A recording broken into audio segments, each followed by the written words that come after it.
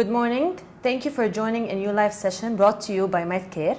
Today's live session will be about diabetes and obesity, presented by Dr. Gheda Kaddaha, consultant endocrinologist at Medcare Women and Children Hospital.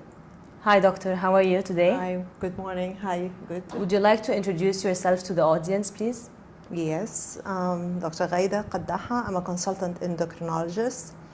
I have over 35 years of experience. In addition to my clinical work, I did quite a bit of clinical research. I also served as an associate professor of medicine for many years in the Dubai Medical College for Girls. I am a member of the Royal College of Physicians UK, and I have my fellowship of the Royal College of Physicians London. Great, doctor. I just want to remind our audience that they can ask any questions, and we'll be more than happy to answer all your live questions on Instagram and Facebook. So, doctor, since we're talking about diabetes and obesity, would you briefly explain what are the symptoms of diabetes? With pleasure. Okay, so I'm really delighted to be addressing conditions that are so common in our community, like diabetes and obesity. Ask any questions, and we'll be more than happy to. And so I think before discussing the symptoms of diabetes, it's important to make a distinction that diabetes really comes in two major forms, what we call type 1 diabetes and type 2 diabetes. Now, the commonest form of diabetes is really type 2, which constitutes almost 95% of people with diabetes. So the great majority of people with diabetes have what is known as type 2 diabetes. Now, type 2 diabetes, diabetes in general can present with the classical symptoms that many people know, that they are the excessive thirst, having to go to the bathroom several times during the day, having to wake up at night also to go to the toilet for passing urine, weight loss or sometimes weight gain. But these are symptoms that you can see mainly with patients with type 1 diabetes, but also you can see them in patients with type 2. But unfortunately, the majority of patients with type 2 can be completely silent. A patient with type 2 diabetes may have the disease for many years and not know about it. It could be totally without any symptoms. And that's really a bit worrying, and that's a call that people, it's important to do some sort of a checkup, at least on an annual basis, especially in people who have certain risk factors. They have it in their family, they have the genetic or the hereditary predisposition to develop the disease, or they are probably overweight and are at risk. Yeah. So what are the complications of actually having diabetes? Are there any complications? So diabetes is a nasty disease in the sense that, as I said, it can be silent for many years. And although it is silent and not giving you any symptoms, but at the same time, it could be damaging your body from the inside. So if you want to divide the complications of diabetes, we can really divide them into major two forms, the acute complications or the short-term complications and the long-term complications. So the short-term complications, we see a lot of them mainly in patients with type 1, for example, who may go into a severe metabolic stressful situation known as ketoacidosis, where the acids in the body are really too high, and that requires them to be admitted to a hospital into an intensive care unit. That's mainly a complication of patient with type 1 diabetes when the blood sugar is too high. But it can happen also in patients with type 2 diabetes under special circumstances. It's not terribly common in type 2, but it may happen in patients with type 2. People with diabetes are also predisposed to having some sort of infection, especially in the genital area, fungal infections. Now, I think the worst type of complications are what is known as the long-term or the chronic complications. And you can divide them into two categories, because this disease is a systemic disease in the sense that it can affect each and every system of the body, because it actually attacks the blood vessels. The small ones and the larger ones. So when it attacks the larger ones, it can cause heart attacks, it can cause strokes, it can cause gangrene of the limbs. When it hits the small vessels, the small blood arteries that supply the organs, it can cause vision issues. It can Yeah. affect also the kidneys, causing renal failure. And I'm sure you've heard of people who are on dialysis, for Yes, example, yes. or required renal transplantation. Yes. Because of the involvement with the kidney in diabetes. Another common long-term complication of diabetes is that it can affect the nerves in the lower limbs mainly, and that can cause the loss of sensation, so the patients lose the sensation in their limbs, and they can hurt themselves because they don't actually feel their limbs. Actually, that brings me to the next question. So how does people develop diabetes? Is it because it's genetics, or how is it in our body that we can develop diabetes? So that's not a very straightforward question to answer. It's a little bit complicated because many people, let's say with the common type of diabetes, the type 2 diabetes, it does happen on some form of a genetic background. That is, there's some sort of a hereditary element that predisposes them to the disease. But what really probably tips these people with this genetic background or this hereditary predisposition into developing diabetes is probably a wrong lifestyle. So these patients, they don't eat healthy, they don't exercise as much, and at the end of the day end up with gaining weight, and weight gain is a major risk factor for the development of type 2 diabetes. Oh, okay. Type 1 diabetes also it has its genetic element, but it's completely different causation, let's say, or different process, because type 1 is more of an autoimmune disease. And what this means is that your immune system, which God has created to fight invaders like bacteria or viruses entering your body, somehow it misbehaves and it starts attacking its own cells or its own system, its own organs. And in type 1 diabetes, what happens is that autoimmunity, or the body fights the actual factory, the beta cells that make insulin, causing severe insulin deficiency, and patient then develop type 1 diabetes. So yeah, it depends on the type of diabetes. Okay. So doctor, you've been explaining a lot about diabetes. So now how is it that diabetes and being overweight or being obese, how are they associated in general? Okay. There's a very strong link between obesity and type 2 diabetes. Okay. Because type 2 diabetes, in its, let's say, mechanism of the development of the disease, there has to be two main problems. One problem is what is known as insulin resistance.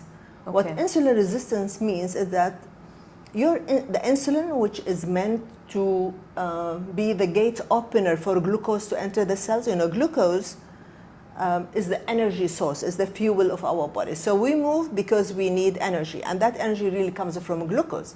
For glucose to enter into the inside of the cells, it requires insulin. Okay. So when you become insulin resistant, insulin is not doing its job properly. It's not, the cells are fighting, are resisting its action. So it doesn't do its job as well as it should in making glucose enter the inside of the cell to be available as a source of energy. That is what is known, I think many people talk about it, insulin resistance.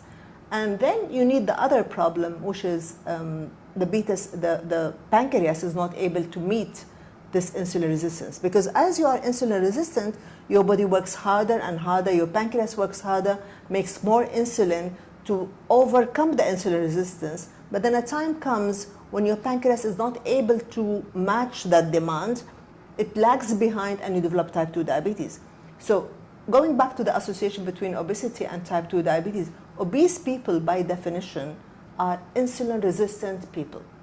They have already the soil, let's say the root cause for the development of diabetes, and this is because they are insulin resistant, so they are already putting themselves at risk of developing type 2 diabetes. Would you give them an advice? Is there any advice that you can give them in general not to develop diabetes or to reduce the risk?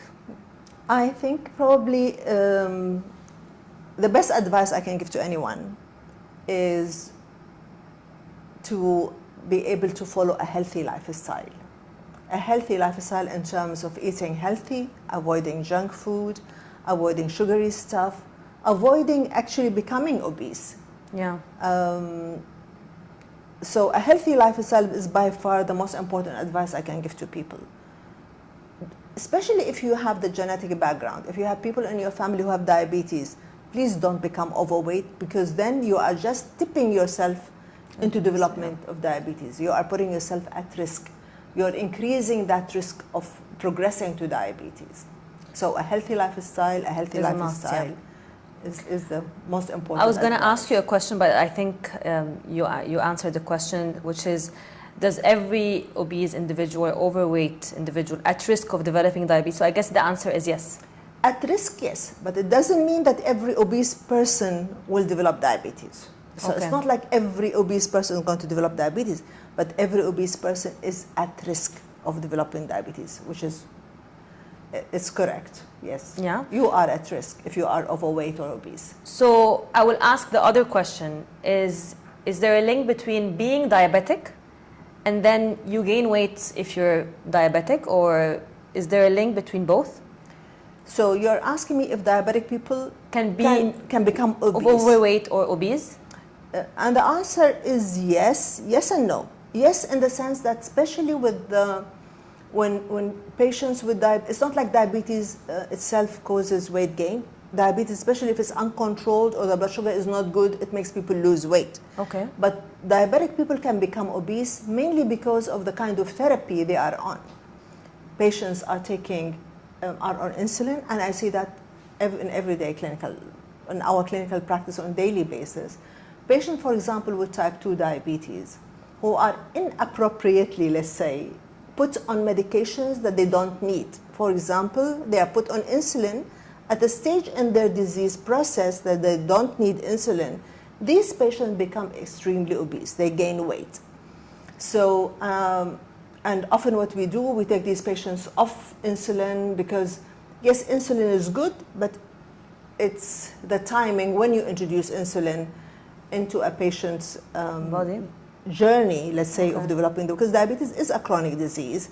It's a very dynamic disease, and it needs some sort of a dynamic therapy, which means the patients are constantly being followed by the doctor, and as the disease advances, the therapy may change. So introducing insulin, for example, or certain other tablets, what we call sulfonylureas, at a time when the patient does not need it, it makes them really obese, makes them more insulin resistance, worsens their diabetes. They enter into some sort of a vicious circle. So they're taking insulin, they're becoming more obese, becoming more insulin resistant. The sugar gets worse rather than getting better.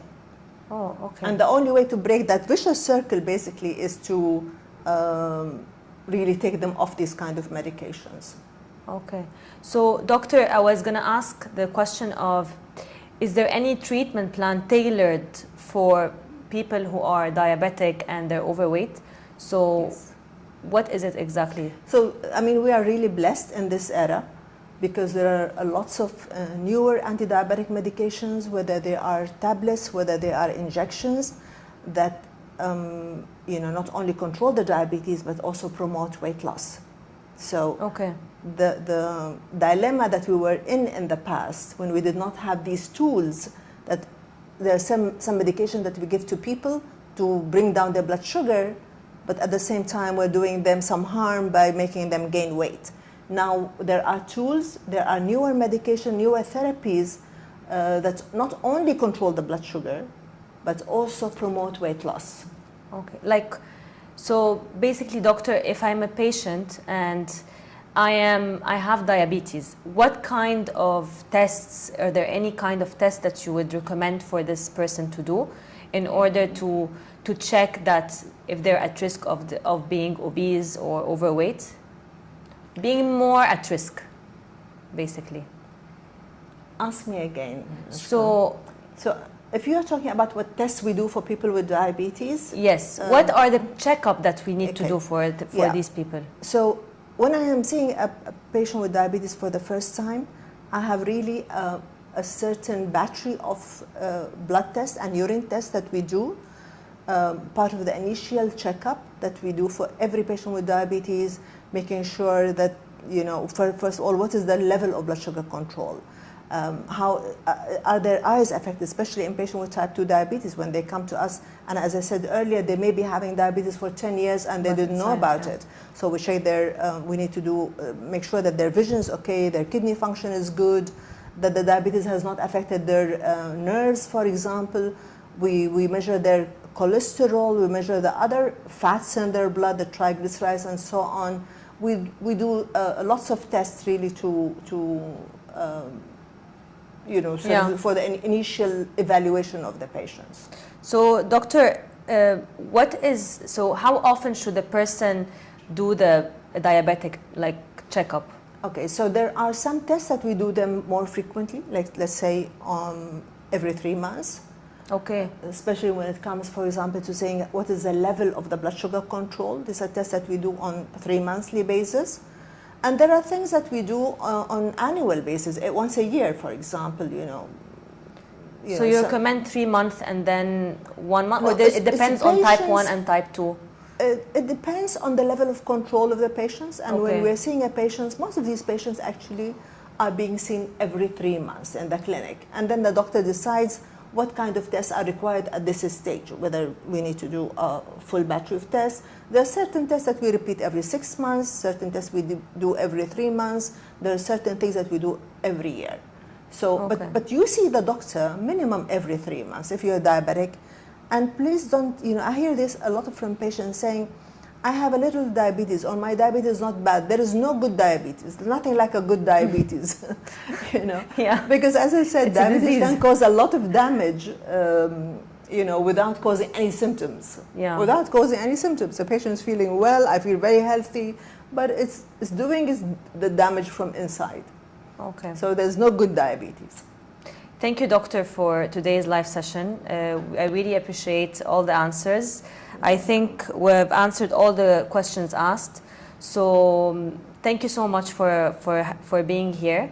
You're welcome. We hope we answered all your questions. Thank you so much, and I'll see you in the next live session.